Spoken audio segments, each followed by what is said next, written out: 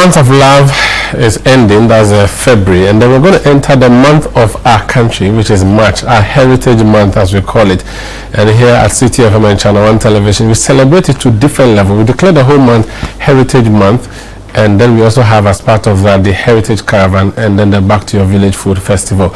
Everything Ghana, we celebrate it in the month of March. It shouldn't be just in 1 month though, but of course, at least let's start from somewhere. So today on Face to Face, we are celebrating Ghana at different levels, our culture, our people, our food and everything.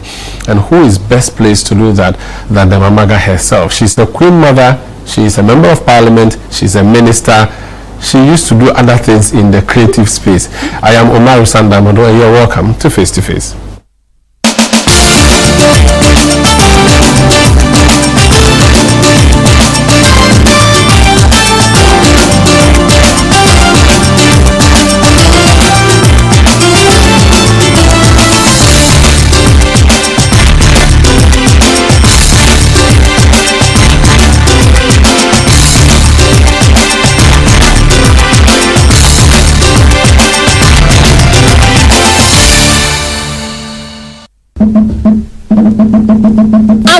Ghana, this March, we don't just remember where we're from, we celebrate who we are.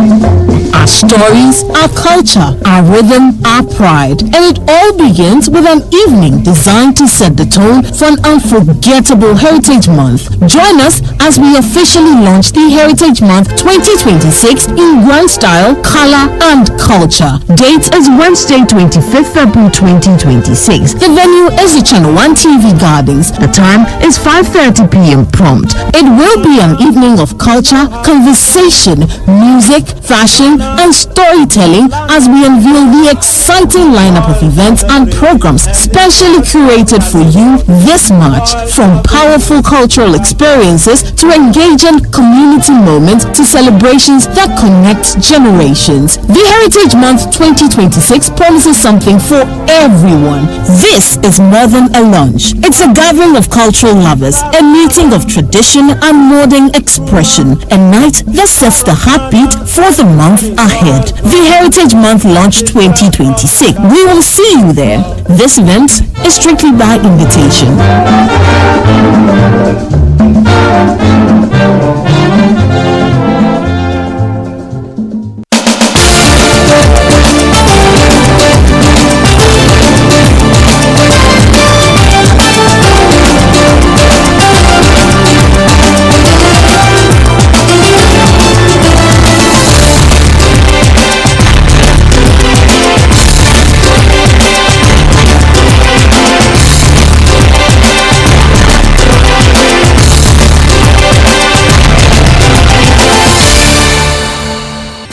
You're welcome. On Face to Face today, my guest is a member of parliament for Ketu South. She's minister in charge of a portfolio that is very important to our culture and our heritage. Her name itself resonates that, and today I'm going to try and force a name that she has not said to the public before. The Honorable Abla Dzifa, and she tells me the arrangement must be the Honorable Abla. Abla means the Tuesday born, Dzifa, kind-hearted or cold-hearted, or is it soft-hearted, and then Gomashie. That is the official name. And she tells me there's a private name that she has not made public, Mamaga. Okay, there's also Mamaga because she's also a Queen Mother in the Ketu South municipality. Mamaga, you're welcome. Thank you very much, Umaru Sanda. What is that name that you have not publicized? I don't understand what you're saying. You do. I want to know that what's my English name? Yeah, your Christian name or English name? My Christian name. I won't be telling you. Oh. And then I have a pet name, and then I had one that was thrown at me by my headmistress in St. Louis Secondary School. In Kumasi. In Kumasi. Ha. But I went to St. Louis. But I like Abla as my Christian name. Okay. Because that's the day God chose for me to be born on. And then 7 days later, they gave me Dzifa. And then, of course, Gomashie. What does it mean? Unbreakable God. Oh. There's something in the name. I've been telling Dzifa Gunu, I will tell you, I always say that there's something in the name. I think my name just spoken for me. Gomashie, Gomashie now. Oboboshigwo kako hakuelema. Yeah. That's very powerful. It's a very fact. But you still haven't told me your Christian or English name. But the world just heard me say that I won't tell you. But I'm your last born. I should be able to squeeze things. In whom I'm well pleased and I love you dearly. Yes. But I am not. Mommy, I want your name. That's what I want. As a birthday gift. February is my birthday. Oh, so mother, for the chino. don't work. So I should give up. You spoke Ewe, and, yes. and it's important. Both of us speak Ewe. I Yes. speak the different variations. I speak the tongue, which is what I grew up speaking. Then I learned Anglo when I went to stay with my sister at Agbozuma and Avefiarenga. And then when I go with my mother to shop in Asigame in Togo, I learned the Togo version. Wow. And then the Vedoma, it's not that good.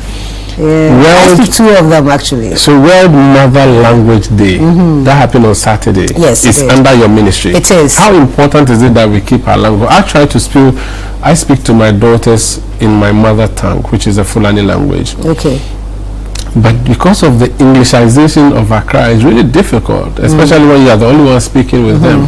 What does your ministry think can be done or should be done to sustain people's languages? Because languages, some die. Well, so there are very many levels to addressing this issue. One is that conversations like this, revive the need for us to not put language as an afterthought and focus only on English, because records have shown, and it's one of Professor Nana Jane's projects of advocating for the teaching of a child in their L1, which is the first language, their mother tongue, and it helps them even do better with the acquired one, with the second one. So it has to be that structured. The other thing is also to remind ourselves that language doesn't only communicate a message, but it also speaks to your very being, and also it carries the soul of where you come from. So when I said that my last name, Gomashie, right, and then I said Gomashie Mashi, any Anglo-speaking person or Flower-speaking person knows that it goes straight inside your heart, and you see the power behind the name. So that's what language does. It carries the soul of the people that speak it, and also of course their belief system and what have you. And then the third one being that it's a medium for communication, and you're communicating not only to say that Sanda is my last born, in whom I'm well pleased, in Ewe, or in Fulani, or in whatever language, but also that Sanda will know that in Ewe we cook. For example, I like the example of sobi because it's almost extinct. Now you don't find it on the market anymore. I don't even know what that is. Yes, it's a leaf that my mother used to cook palm nut soup with, and it enriches it and makes it, it's healthy. Sobi. Right, I don't know the English name. You all can go and find it out. Yeah, but that if I use that expression and you come from the area where this food is, then you know it. And guess what? You don't just know it as nourishment or food that you eat, but also that it will lend itself to commerce, business, that you can, if you want to set up the only restaurants in Ghana where sobi is cooked, guess what? All sobi eaters will come there to eat it. And if it's something that is exported for other people to to do stuff with, then you become an entrepreneur in that space. So language and the need for it not to be extinct is very important and must be on the front burners of conversations around education and reform and so on. And thankfully, I know that the Honorable Minister for Education, as he assured me that culture will find its space back in the curriculum, is taking steps, even if it's baby steps, it's some movement into making this conversation a matter that is addressed through education. So I know that he's bringing back Kukwesland Hunter, and I think Dagbanli also, and one other. So these steps are good.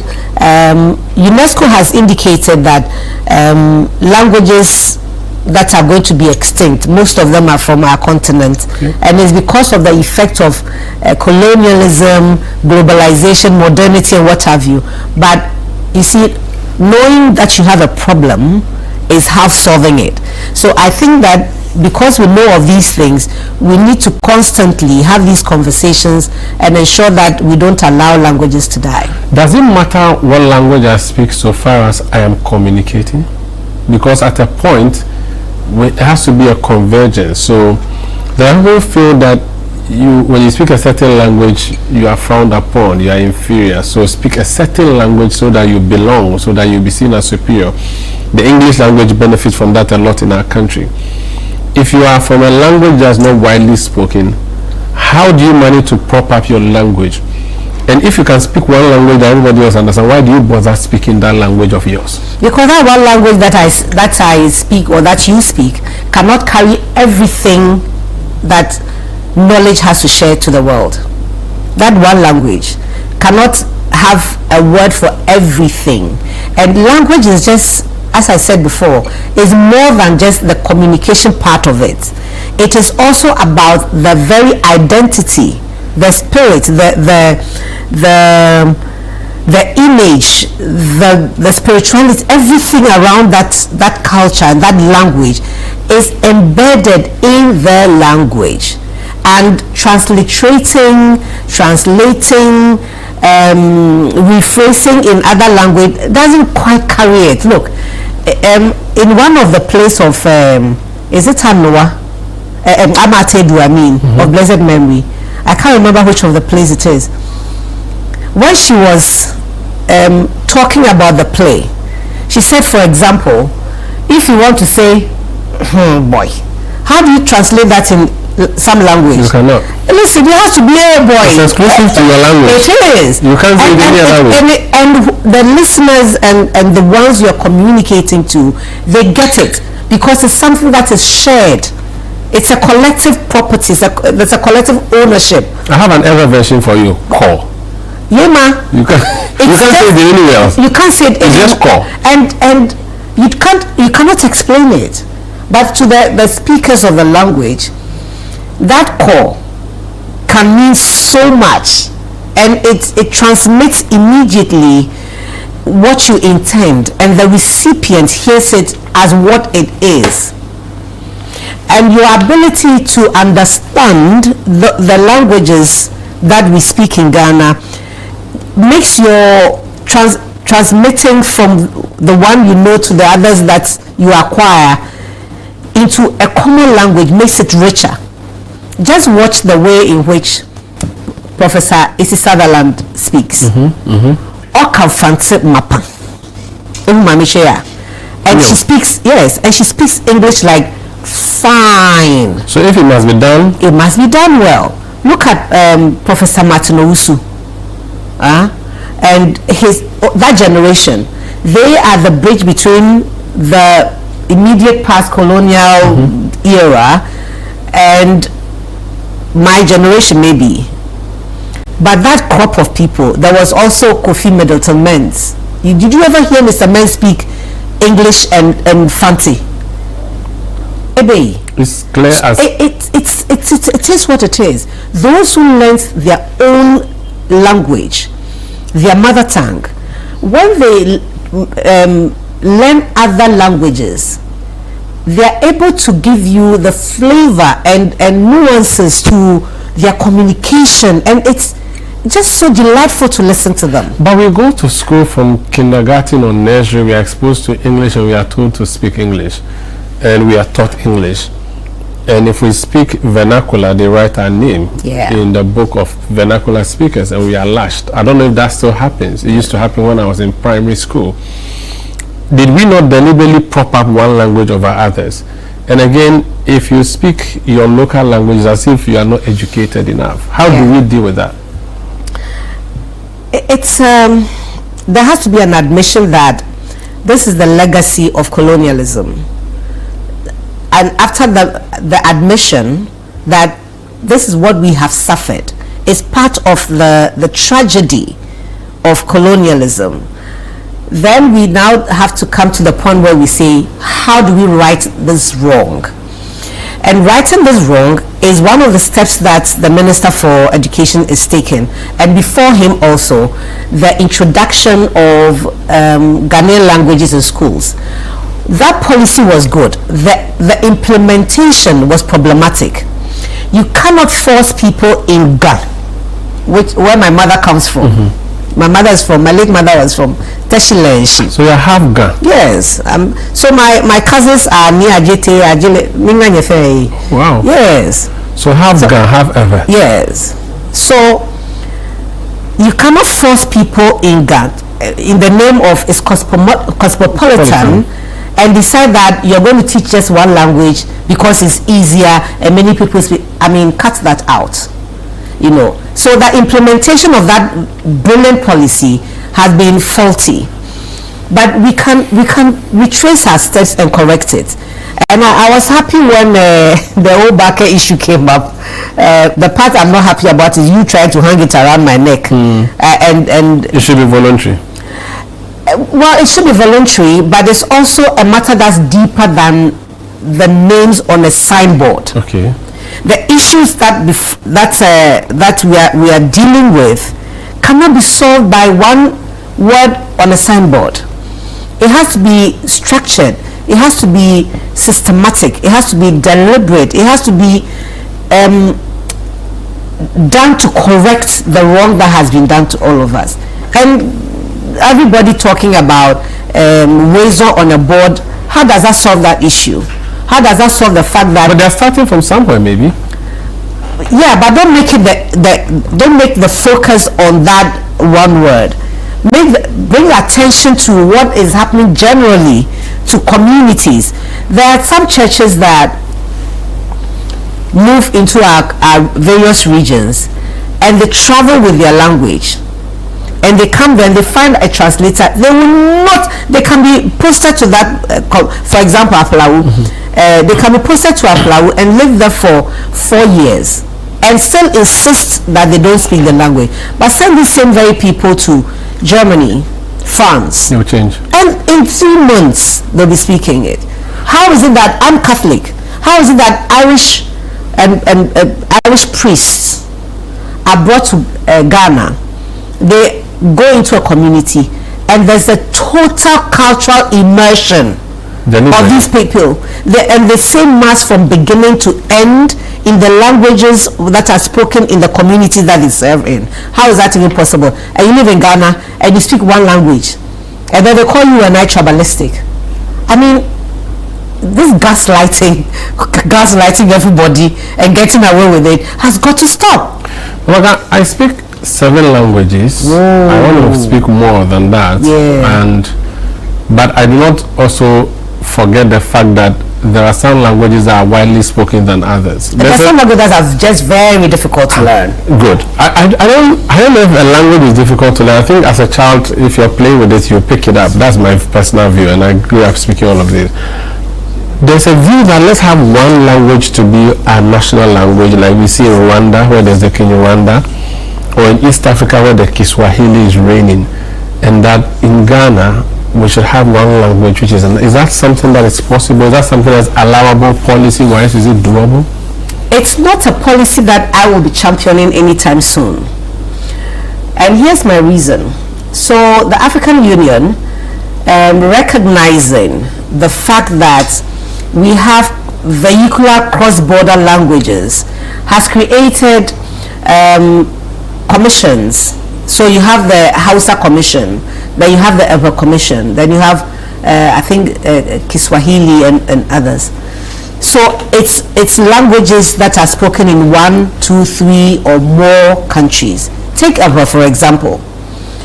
So Ebra is spoken in Ghana, Togo, Benin and some part of Nigeria. Ebra is a course studied in German in one of the German universities. So you cannot say that because it's not spoken by majority people in Ghana, then it should die. Its death will go with everything else within that cultural space.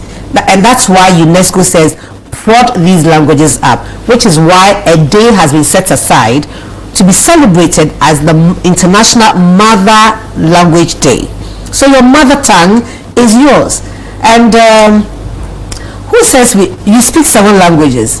Why should we reduce it to 1 because the rest are lazy in learning other people? Well, lazy. Maybe you are not exposed to it. Or not exposed to it. So if we say, for instance, in Ghana, maybe Twi is mostly spoken. So people say, oh, let's just make Twi our national language. It doesn't. You don't think that? I think we'll be trampling on the sensibilities of other people and their cultures and their language. And so it's not as I said, it's not a thing that I'll be championing. I would say that in as much as it is widely spoken by majority of Ghanaians, let it be so. But in that same space, be tolerant and accommodating of other people's languages and their cultures. If you went to, you are not naturally ever, but you speak it. Yeah. So you go to Abosmo Market now, and you go and speak Fulani. Maybe somebody is speaking, but you would see immediately when you speak that language to the person that there's ownership. Immediately, something just changes. You go to even the Coco Sela or Veyi. Veyi is beans. You go to this Veyi seller and you speak in a word to that person, and they know that you are not from there. There's immediate connection. Yeah. Or Kokli Jobo. That is my favorite. Is it? I have to take a break. Right. But you speak how many languages? Girl, FM? Fanti. Okay, so let's do this. We're going to take the break. Right. Mayimava. Okay. How do you say that in Fanti? Mokomaba. Okay. Okay, Miyamaba. And then which one do you speak?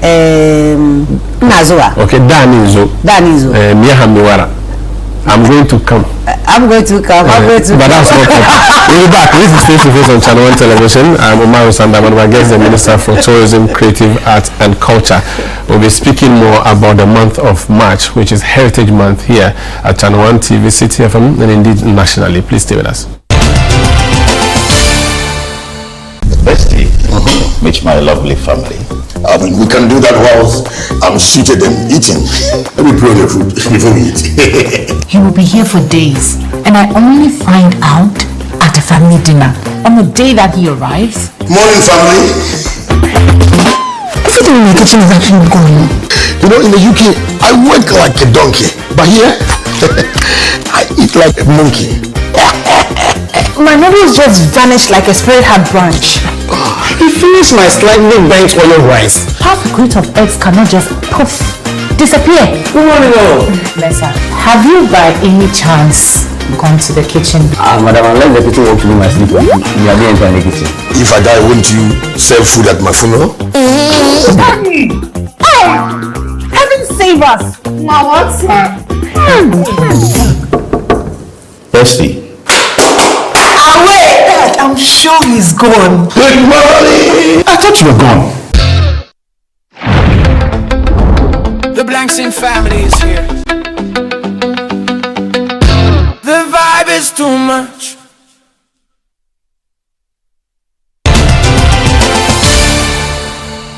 You're welcome back. This Face to Face on Channel 1 Television. My guest is the Minister for Tourism. So we're going to talk about our tourism using our culture through creative arts to tell the story of Ghana. Have I done that well? It's called bars. That's what they say these days. You should have said bars for me. Then I'll say clack it. Oh, okay, I missed Mama, you are no more in here. But it's understandable. No, but Nana Onyelika has been doing this clack it thing. I wanted to ask her what it meant. Yeah, clack it. What are we? I have no idea. I hear the Gen Z say it, so I say it so that I'll pretend to be young. But you know, okay, so the Gen Z is in my life. Can you come and explain what clack it the is? Clack it and the bash? Wait, sorry, what is it? Bars. Bash. Mamaka, so there's a ministry we've set up in charge of our culture. That's your ministry. And we are celebrating our culture this month, even though we must do it every time, but at least we start from somewhere. What does it mean to say the culture of Ghana, and how do we celebrate it as a country and also as a ministry? How do you I don't know, what do you do about our culture? Okay, so our culture really, in a very simple definition, would be our way of life. And our way of life includes everything that identifies as Ghanaians, or as Fante, or as Hausa, or whatever. People say Hausa is not quite Ghanaian. Well, it is. Our chief imam speaks. Our national chief imam is Hausa. So I don't know why we even have to go into all of those things, you know. Yeah. But it's a language that's widely spoken in West Africa, as well, in West Africa too. So it includes our religion, our food, our fashion, our music, our dance, our theater. And you know, our theater is different from Shakespearean theater, for example. Ours, it will include the drama, the dance, and song. So it's all of that makes forms our culture, and of course the language that carries it. So before the Ministry of Tourism, Culture and Creative Arts was set up, then we had the National Commission on Culture, and its mandate was really to promote our culture as an integral part of the development conversation, that we recognize the power of culture in commerce, in job creation, in identity, and what have you. Then 2013, His Excellency President John Dramani Mahama set up the Ministry of Tourism, Culture and Creative Arts, and the mandate remained the same, except to say that it brought home all these domains that work together in the promotion of tourism. The 13 agencies under the ministry, each of them has a mandate that takes care of a part of the work that the ministry is supposed to do. So for example, we have the Bureau of Ghana Languages under the ministry, and their job is to promote and protect and project the language. Then we have, for example, the National Theatre, which is promoting our kind of theatre. So the resident groups at the National Theatre are three. You have the dance, music, and drama. Then you have the National Commission on Culture, which is still there, having representation in all the 16 regions because of the Centers for National Culture.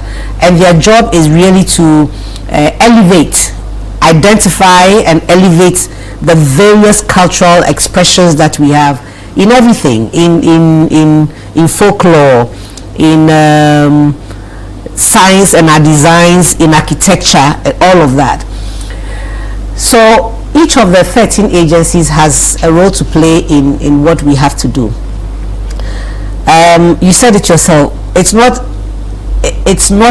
what we want that we have only 1 month celebrating us, but we agree that, like everything else around the world, as I said, a day has been set aside for language promotion, so we can have a month set aside for cultural promotion. You have set Wednesday for the wearing of the fugu or the batakari, yes, the smoke. Yes, because so that's also starting from somewhere. It is starting from somewhere. In fact, we started, and you all were like, we're wearing it, we're not quite wearing it, and then see, when life gives you, they say when life gives you lemons, you make lemonade. I've rephrased that for myself. When life gives me lemons, I make lemonade, I save the seed to plant, and then I use the zest for my ice cream. Oh. So you can decide what to do with the situation. So whoever this young person or persons were who decided to mock our president for wearing a blouse, spread their wings for me to fly on. I just jumped on it and said, let's go.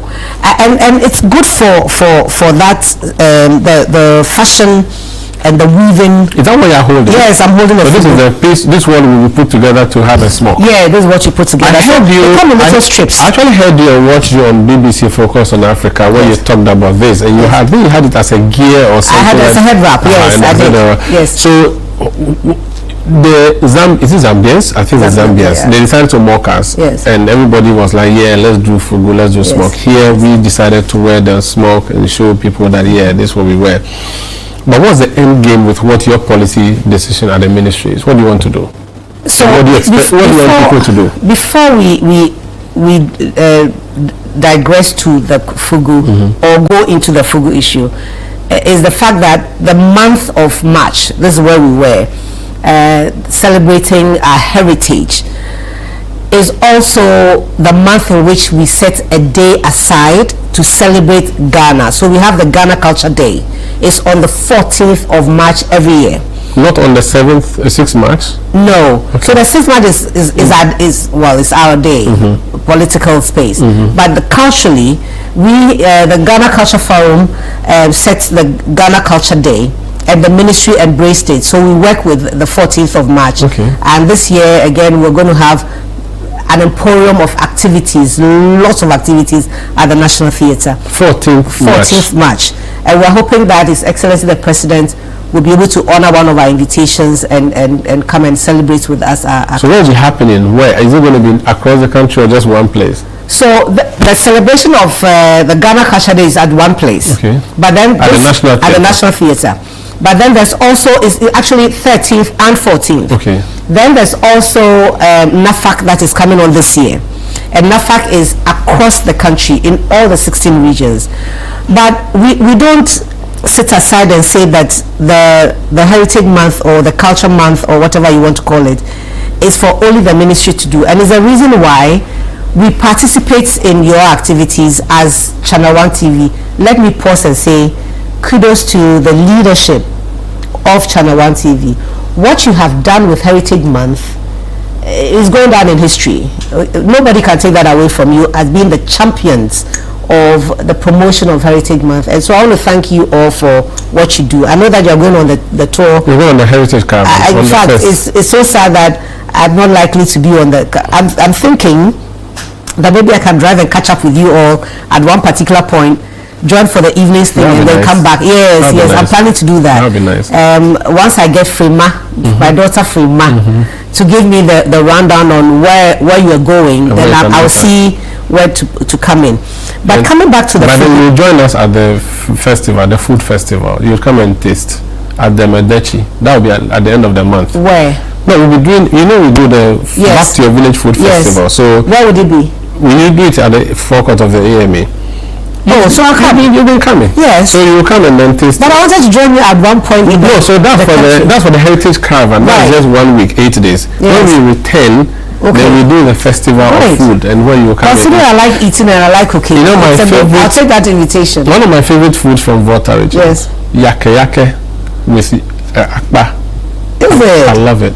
And the hot pepper. It's really nice. So anytime I go, ask for yake. Is it? I think I'm one that two string things that I do. I don't like killy-willy at all. I don't like the taste of sugar in my food. I don't mind if it's in a drink. And then I'm a girl who doesn't. I don't like the yake nabolo. I like a raw of any form. And then I want them yellow. I want the day. I mean, so you know what? Anything I like. So 28th, 29th of March at the Ifra Sutherland Children's Park in Accra. Come.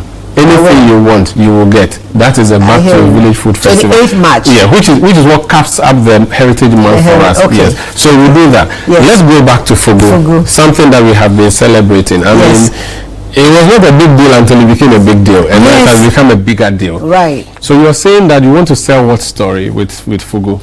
So because we already have, and you say it Kente. We say we already have a Kente. Yes, I say Kete. Kete. No, but that's just because I'm Ava. And Ava, we call it Kete. Kete. Right. So when I was deputy minister, we saw the need to ratify some UNESCO conventions that had been sitting on our books forever in our sector, because we recognize the the work that it could help us do once we ratified it. And one of them is the ICH, the Intangible Cultural Heritage that we ratified, which then now gave us opportunity to go and file, have Kete or Kente listed as a heritage, product, and it's hand woven. And this too is hand woven. So it's just the coming together of those policy decisions that we took, and then the blouse that His Excellency wore, which gives us another level of opportunity to just celebrate that identity. And it's not just fabric. This is just time and passion coming together for commerce. Okay. Repeat. So it's time, it's passion coming together for commerce. So they spend a lot of time weaving this, and the passion is about their culture, it's about their heritage, it's about identity. All of that in the weaving, in the process of doing it. And then after it's done in strips, they take time again to now put them together to get this cloth. And then the bigger it is, then you can have it in other forms. And the people who do all of these things are the creatives.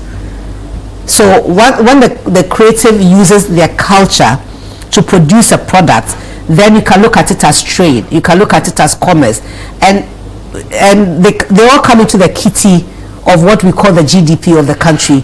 So we already have the Kente. Yes. And now we are promoting Fugu. Yes. Is it not a clash of cultures? It will appear to some people as though we are pushing one culture against another, which had prominence all these years, and suddenly we are pushing Fugu or smoke when we have Kente to push. But how do you respond? We are bringing everything along. You see, Kete is woven in Abozuma, is woven in Agotima, Exiopi, and is woven in Bonue and Adamumase and all of these places. So it's for all of us. It's for all of us. But there's a certain ceremonial image that Kente proper brings. And it's very bright and it's heavy. I know that these days they are using rayon and they're making lighter ones. But it is so celebratory in a certain way. But this can be in the office. And promoting this should not diminish the other. It's not competition. How can it even be a competition? Competing against what? Ghana is competing against itself. Let's stop thinking tribe. It's negative. It's negative. Okay. So you are Fulani, yes, right? But you just told me how you like Yakake and Akpa. I'll kill for that one. I'm of her, and I don't even like Yakake and Akpa. So if me who comes from there, if I wasn't eating it, those who cook it, who should go and eat it? That's true. So and then you keep those people unemployed. It's a vocation. It's an occupation. So in celebrating, but am I from anywhere in the north? No. That I should be promoting Fugu. So as minister, should we go and look for some other minister who would now come and promote something from the north? And then you to promote something. To what end, really? But let's talk about the choice of day. You said we should wear it on Wednesday. It's not an instruction, it's a request. Yes. Why Wednesday? I wear suit Monday, Tuesday. Wednesday I wear smoke. Thursday I wear suit. Friday I wear African print. Why did you choose Wednesday? Because we already have African wear day on Friday. So right. How do you decide to let us wear this on Wednesday? Does it not distort in our dressing? You should be wearing 4 days of African wear and Fugu, and 1 day of this. Oh. Yes. I'm coming from the court, that's why. Well. And since Speaker Bagman is not in charge of the court, we are still wearing this one. I'm glad you bring it up. Oh, salutes. Maybe he would have said we should change and wear. Absolutely. Yeah. You're all lucky that he's not the Chief Justice, but not like you'll be wearing fugu and and jumper. Thank you. As lawyer. And he has changed the whole dressing in Parliament, huh? And look, when I sit in Parliament, by a single statement and consistency. He started, and I was thinking he's going to be tired, so no. Like every day, he's become a fashionista of a sort. I don't know. Do they use that expression for men as well? I don't know, but it's fine too. Even if they don't, I have. The sun will still set and rise tomorrow. It's perfectly okay. So he's doing a great job with it. And gotten the clerk's office to also wear their prints, and you see, that's job creation right there. Yeah, but I still want to hear on the reason on the Wednesday. Yes. So the Friday wear is opportunity for you to wear anything that's Ghanaian or African on Friday. Okay. But to be deliberate about promoting Fugu, we had to give it a day. And midweek, I thought that it just looked and sounded right to make it a midweek wear. Why not put it on Thursday so that at least you know that from Thursday and Friday you're going local? But my point is, wear your African clothes every day. You are selling me out. You are speaking to the viewers instead of speaking to me. You want them to know that I'm not getting it. So I apologize. You are selling me out. No, I apologize. No, it's okay. It's when you worked in front and behind the camera for so long. I know. You know what to do with what. Yes. So your point is that ideally it should be Ghana wear throughout. But that's what keeps the money here. That's what keeps the money in the country. And we're not just promoting tourism for people to just come and see and go, but we're promoting tourism. What are we promoting as tourism? We're promoting heritage, and there's a tangible part and there's an intangible part, and all of it together is what makes tourism thrive. So my point is, you shouldn't even wait for me to tell you or suggest to you that you should wear Fugu on Wednesday. You should decide that every day you're going to wear a shirt that's made in Ghana, print that identifies as, because is that what you do as a minister from Monday to Friday? Monday to Friday. Now I'm promoting batik tie and dye. Okay. So I have it in suit. I have it like a suit. I have it in kaba and slate. I have it in a dress. I have it in bubu. Join me. But Mamoga, if you say we should wear the African thing, some of the dresses we wear, you can't wear it to the office. Like what? I don't know, a comavo, ties. I can't tie a comavo and take it to work or to class. You've recent. I don't know how he earned the name, but it sounds nice. Osahin, what is his name again? What does he do? Deputy. Alexander Yes. Minority leader. I'm his mother. Sometimes he doesn't listen to me, but I'm his mother. Yeah. He wore kente and jumper to Parliament, and I thought it was beautiful. It's not functional. You may not be able to wear it every day, but once a week. There's absolutely nothing wrong with wearing it on the thing. Look at other cultures where they are doing very well. Look at the India. Look at the China. Look at the Arabs. Nigeria too. They dress the Arabs, the Senegalese. So why do we need excuses? Why do we need reasons why we should be Ghanaian? This is Face to Face on Channel 1 Television. When we come back, we are still talking culture, but I want to ask our minister to explain to us how we can use tourism to push our culture and how we are using creative arts to push our culture in telling our Ghana story. Please stay.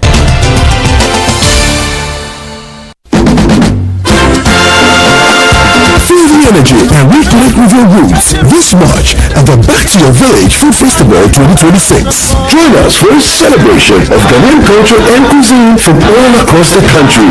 Northern, Akan, and Southern villages will all be represented.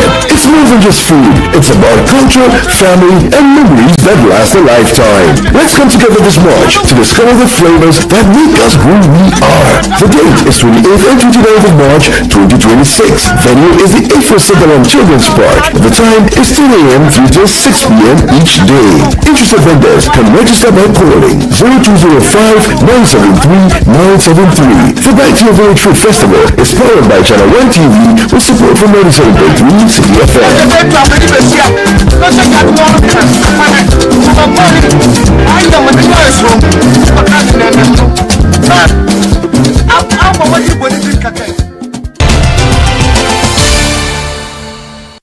Yeah, welcome back. This Face to Face on Channel 1 Television. My guest is a member of Parliament for Ketu South. She is Minister for Tourism, Culture and Creative Arts.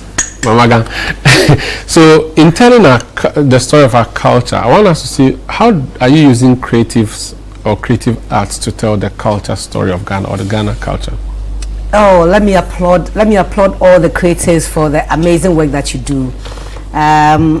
In one fine example to answer this question is the work that Stonebwoy has been doing. Beam to the Ashaiman. Beam. Ashaiman boy. So yeah. Torture. Thank you. Look at his work with Angelique Kidjo. Yeah, masterpiece. Masterpiece. The world knows Angelique Kidjo, and she spread her wings, and Stonebwoy stood on those wings and did a collaboration with her. In that moment, he was the most important ambassador for this country. I no disrespect to the diplomatic community, but on that stage, he was Ghana. That is the power of creativity. It was in the language, it was in the message, it was in the people who did it. And you see, I said to you that because the language is spoken in all these countries, then they have this common language that they can create their music around. In recent time, I've paid attention to graduating classes in the US of A, and the students have kente strips around their neck. That's culture. That's the power of it.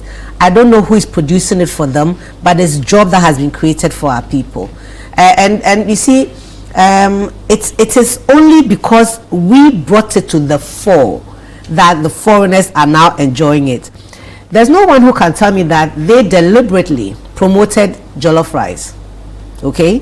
But because we love it and it's on every menu, I'm a watcher girl. I'm a watcher girl. I'm not a jollof fan. Okay. But those who love jollof, love it so much that they brought it to the fore so often that it's become an identity for our country. So I'm just saying that maybe we loved fugu before, but it was in the background. Now we brought it forward, so many more people are going to appreciate it. If you didn't have a job before, now you know that even if you can't weave it, you can go and buy it and sell.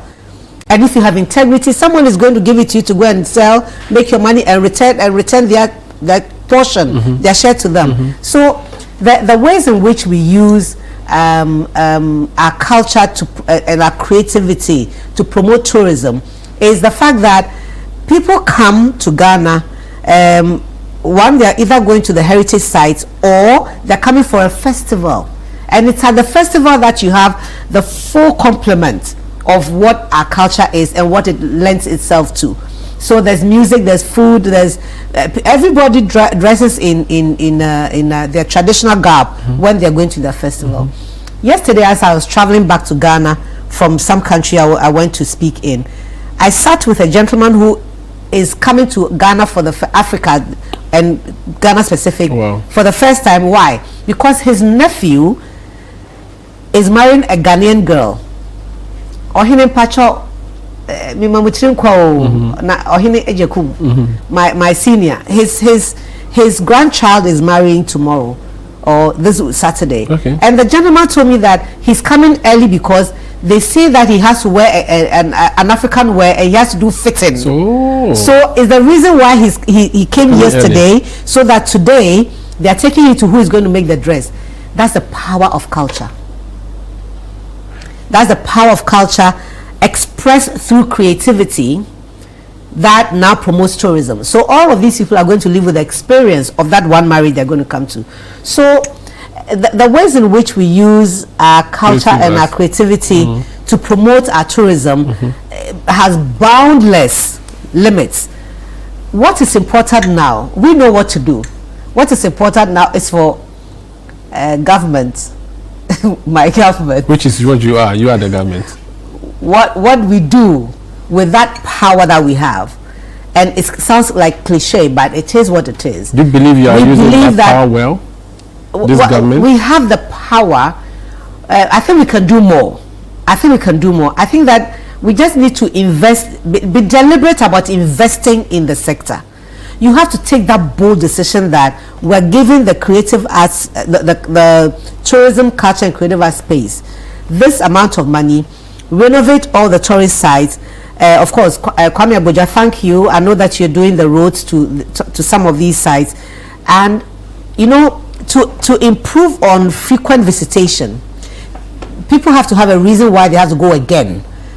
And so if you've been to, for example, and I've said this maybe on your show, one of your other shows, that if you've gone to the Cape Coast Castle, for example, and you've gone again, then you are in some country around the world and you hear that there's some other exciting thing at the Cape Coast Castle.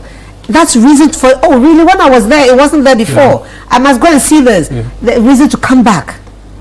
So we have to be deliberate about it, and we must be willing to invest in the sector so that it yields the fruits. Do you get enough money though as a ministry? You don't. No. Why is it that the government doesn't believe you should get more, or there isn't enough to give you? There isn't enough to give us. I think I'll concede that there isn't enough. But the government is committed. The government is committed. Look, to the point where His Excellency himself was so excited about this fugu thing that happened the way it did, and he said that they are saying that I said they should wear fugu on Wednesdays, but I don't know why I said that. I said I did. And he said, "Oh, of course, it's you." You know, and he said that he didn't get the information early, so that day he wasn't wearing it. But going forward, he'll try and wear fugu as well, and it shows. Look, I don't need to preach to you about how President Mahama believes in this sector. I am an example of what he thinks of the sector. The fact that he put you there. The fact that he put one of the people from the sector in the space. Okay, and his actions show. Sometimes it's about what you're thinking. We can't be in your head all the time until you verbalize it or until you put it into action that we believe it. And he's lived it. His dress says, look, the day he held that akufna, the sword of state, in that resplendent agbada and with a golden touch. Oh boy, you felt goosebumps. Listen, the whole world, everybody I know who watched that, either in the moment or after, had something positive to say about that. Last year, the UN General Assembly was a small, very beautiful, colorful. Absolutely. Yeah. So there's no doubt in what he thinks of what the potentials are, whether the resources of the country is able to back the words that we say. It's a matter that we are still struggling to do. But it is also the opportunity for businesses to come and put your money behind what we do. You will reap it. It's low-hanging fruit. You will reap that resource. Mamaga, thank you so much. God bless you too. This has been Face to Face on Channel 1 Television. I'm Umaru Sanda Amadu. We'll be back again next week with more. Please stay with us.